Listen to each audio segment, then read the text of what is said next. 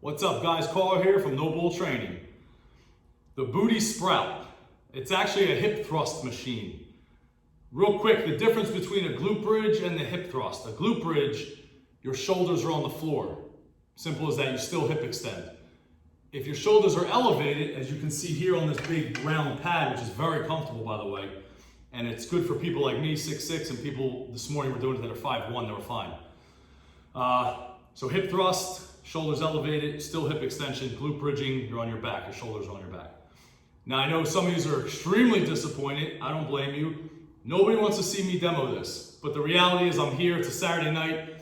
I just added these pieces of plywood. I painted them, me and my kiddies this afternoon.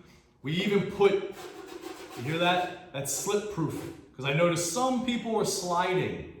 I always see things and I feel like if I can make them better, I try to do that. So I painted the plywood. The reason I did that is because now you see these 3 bands. I'm going to school you on this real quick. I'll make the video as quickly as I can. Each band's approximately 45 pounds, but that's very arbitrary because if I have a longer tib fib and I hip extend and my hips go higher than a shorter person, I'm going to get more accommodating resistance on the band. If I put 2 bands, I'm going to get double the intensity. And then there's a 3rd band, which gives you a serious amount of tension. I was actually pleasantly surprised how tough it was, in a good way. And it was comfortable, no barbell across my hip.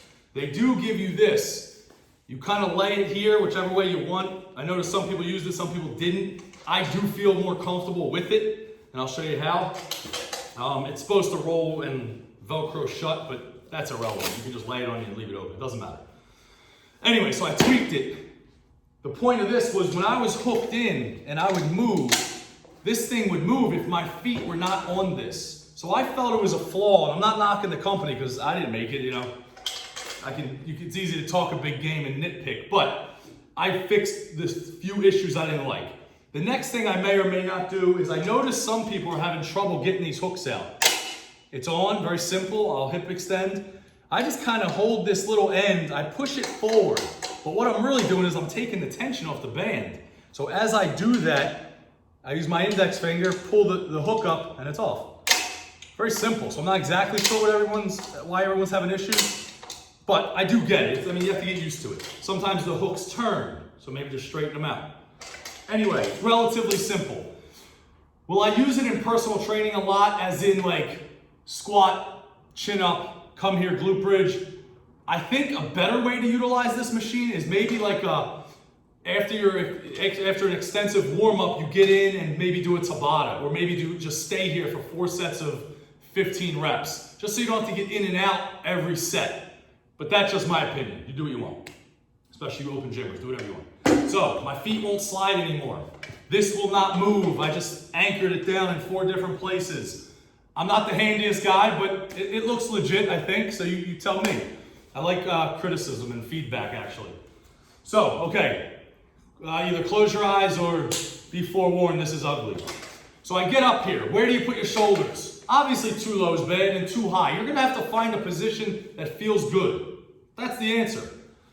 I'm huge and big and ugly, so this looks dumb. But the reality is I'm gonna lay this pad on me. I'm gonna hook one.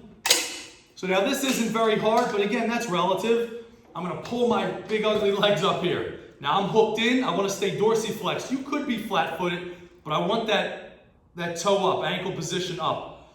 It'll help my calves, help my hamstrings, help my glutes. Now what I'm gonna do is extend my hips and squeeze my butt. Notice my head is not back here, and what I'm really focusing on is not opening and flaring out my rib cage. So what I usually tell people is clamp and head down, extend the hips. So even here, glute bridge, boom, hip thrust, whatever you wanna call it.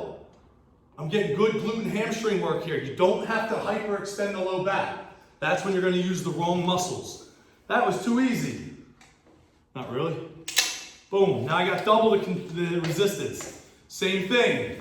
Boom, I squeeze. I'm trying to keep my abs tight and my rib cage somewhat down. I just don't want to flare it up and out. But you want to make sure you get your glutes really involved. Don't be afraid to poke your own glutes. You'll feel it or you won't. Take your time. Don't just sit here and hump the thing. That won't do anything. It has to be a mind-muscle connection. Up, squeeze, relax. up, squeeze, relax, brutal. All right, that was actually tougher than I thought. Third one. All right, this sucks already, I can feel it.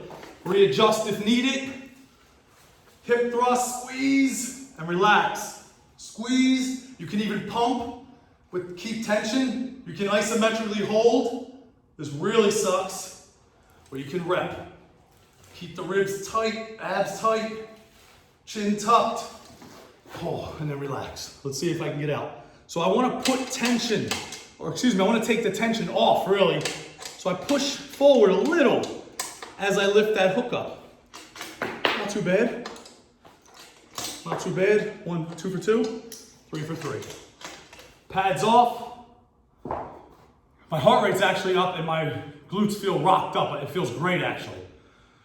Guys, don't get in here and try it 6 reps and shun it. Yeah, I don't really like it. Get in here, do a Tabata, do 10 sets of 10, do 20 sets of 20. Stay here, learn it, play with it. Another quick tip. I'm left-handed, but I dominate my right side. I'm almost ambidextrous.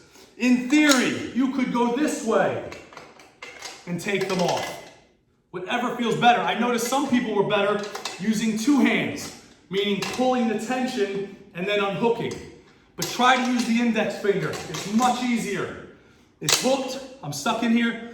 I push, take tension, and as I do that, simultaneously, I'm using my finger to unhook it. Very simple. It doesn't move, it feels sturdy. I like them. Give it a shot.